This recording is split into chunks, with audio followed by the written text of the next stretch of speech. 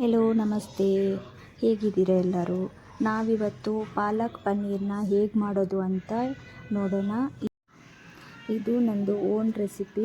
ಹೇಗಿದೆ ಅಂತ ಮಾಡಿ ನೋಡಿ ಹೇಳಿ ನನಗೆ. ಮೊದಲು ಒಂದು ಪಾತ್ರೆಯಲ್ಲಿ ಪಾಲಕ್ ಮತ್ತು ನೀರು ಹಾಕಿ ಬೇಯಕ್ಕಿಡಬೇಕು. ಆಮೇಲೆ ಬೆಂದಾದಮೇಲೆ ಅದರ ನೀರು ಮತ್ತು ಸೊಪ್ಪನ್ನ ಸಪ್ರೇಟಾಗಿ ಇಡಬೇಕು. ನೀರನ್ನು ಬಿಸಾಕಕ್ಕೆ ಹೋಗಬೇಡಿ, ಆಯಿತಾ? ಆಮೇಲೆ 3 ಟೊಮೆಟೊ 3 ಈರುಳ್ಳಿನ ಚಿಕ್ಕದಾಗಿ ಹೆಚ್ಚಿಟ್ಕೊಳ್ಬೇಕು. ಈ ರೆಸಿಪಿ ಮಕ್ಕಳಿಂದ ಹಿಡಿದು ದೊಡ್ಡವ್ರಿಗೂ ತುಂಬ ಇಷ್ಟ ಆಗುತ್ತೆ. ಒಂದ್ಸಲಿ ಮಾಡಿ ನೋಡಿ ನೀವೆಲ್ಲ. ಈರುಳ್ಳಿನ ಒಂದು ಪಾತ್ರೆಗೆ ಹಾಕಿ, ಪ್ಯಾನ್ಗೆ ಹಾಕಿ, ಅದಕ್ಕೆ ಸ್ವಲ್ಪ ಎಣ್ಣೆ ಹಾಕಿ, ಒಂದು ಅರ್ಧ ಸ್ಪೂನ್ ಎಣ್ಣೆ ಹಾಕಿ ಸಾಕು. ಆಮೇಲೆ ಅದಕ್ಕೆ ಬ್ಯಾಡಗಿ ಮೆಣಸು ಒಂದು 8, ಒಂದು ಸ್ವಲ್ಪ ಜೀರಿಗೆ, 2 ಏಲಕ್ಕಿ ಮತ್ತು ಒಂದು ಸ್ಪೂನಷ್ಟು ಸೋಂಪು ಹಾಕಿ ಚೆನ್ನಾಗಿ ಫ್ರೈ ಮಾಡ್ಕೋಬೇಕು. ಇದು ಸ್ವಲ್ಪ ಫ್ರೈ ಆಗ್ತಿದ್ದಂಗೆ ಟೊಮೆಟೊ ಹೆಚ್ಚಿಟ್ಕೊಂಡಿದ್ವಲ್ಲ ಅದನ್ನು ಹಾಕಿ ಚೆನ್ನಾಗಿ ಮಿಕ್ಸ್ ಮಾಡ್ಕೊಳ್ಳಿ. ಆಮೇಲೆ ಅದಕ್ಕೆ ಗಸಗಸೆ ನಾನು ತೋರಿಸಿದ್ನಲ್ಲ ಸ್ಪೂನು, ಅದರಲ್ಲಿ 4 ಸ್ಪೂನಷ್ಟು ಹಾಕಿ ಕೊತ್ತಂಬರಿ ಸೊಪ್ಪು ಹಾಕಿ ಚೆನ್ನಾಗಿ ಮಿಕ್ಸ್ ಮಾಡ್ಕೋಬೇಕು. ಅದು ತಣ್ಣಗಾಗೋಕ್ಕೆ ಸೈಡಲ್ಲಿ ಇಟ್ಬಿಡೋಣ. ಆಮೇಲೆ 200 ಗ್ರಾಮಷ್ಟು ನಂದಿನಿ ಪನ್ನೀರನ್ನ ತೊಗೊಬೇಕು. ಅದರಲ್ಲಿ ಅದನ್ನು ಎಷ್ಟು ಪೀಸ್ ಬೇಕು, ದೊಡ್ಡದು ಬೇಕು ಅಷ್ಟು ದೊಡ್ಡ ಪೀಸನ್ನ ಕಟ್ ಮಾಡ್ಕೊಬೇಕು.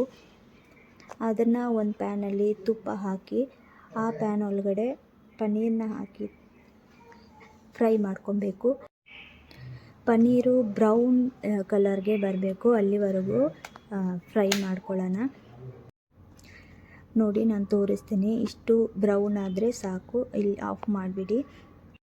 ಇವಾಗ ಒಂದು ಜಾರಿಗೆ ಬೇಯಿಸ್ಕೊಂಡಿರೋ ಸೊಪ್ಪು ಮತ್ತು ಮಸಾಲ ರೆಡಿ ಮಾಡ್ಕೊಂಡಿದ್ದೀವಲ್ಲ ಅದು ಎರಡನ್ನೂ ಸಣ್ಣದಾಗಿ ಪೇಸ್ಟ್ ಮಾಡ್ಕೊಬೇಕು. ಆಮೇಲೆ ಸ್ಟವ್ ಮೇಲೆ ಒಂದು ಕಡಾಯಿ ಇಟ್ಬಿಟ್ಟು ಅದಕ್ಕೆ ನಾವು ಪನ್ನೀರ್ ಫ್ರೈ ಮಾಡಿದ್ವಲ್ಲ ಅದರಲ್ಲಿ ಉಳಿದಿರೋ ತುಪ್ಪ ಇದ್ದರೆ ಅದನ್ನು ಹಾಕಿ, ಆಮೇಲೆ ಸ್ವಲ್ಪ ಎಣ್ಣೆ ಹಾಕಿ ಸಣ್ಣದಾಗಿ ರುಬ್ಕೊಂಡಿದ್ವಲ್ಲ ಮಸಾಲೆ ಅದನ್ನು ಈ ಎಣ್ಣೆಗೆ ಮಿಕ್ಸ್ ಮಾಡಿ ಹಸಿ ವಾಸನೆ ಹೋಗೋವರೆಗೂ ಫ್ರೈ ಮಾಡ್ಕೊಬೇಕು.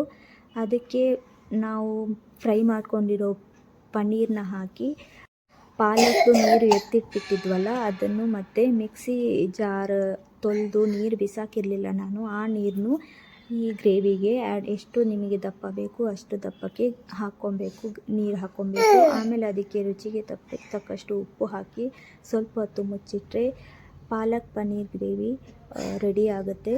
ಇದು ಚಪಾತಿ ಜೊತೆ ತುಂಬ ಚೆನ್ನಾಗಿರುತ್ತೆ. ಒಂದು ಸ್ವಲ್ಪ ಕೊತ್ತಂಬರಿ ಸೊಪ್ಪನ್ನು ಹಾಕ್ಕೊಳ್ಳಿ ಮೇಲೆ. ಮಕ್ಕಳಿಗಂತೂ ತುಂಬ ಇಷ್ಟ ಆಗುತ್ತೆ. ನೀವು ಒಂದ್ಸಲಿ ಟ್ರೈ ಮಾಡಿ. ಆಮೇಲೆ ಟ್ರೈ ಮಾಡಿದ ಮೇಲೆ ಕಮೆಂಟ್ ಬಾಕ್ಸಲ್ಲಿ ಹೇಗಾಗಿದೆ ಅಂತ ಕಮೆಂಟ್ ಹಾಕಿ. Thank you.